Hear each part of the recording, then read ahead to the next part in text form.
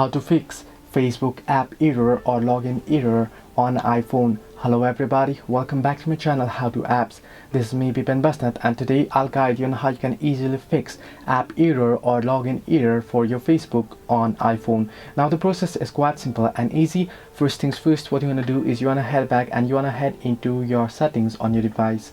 Now once on settings, you should get an interface like this, right? You want to scroll down below here and until you find the option general. Simply tap on general option and you should get an interface like this. Now here what you want to do is you want to tap on iPhone storage option.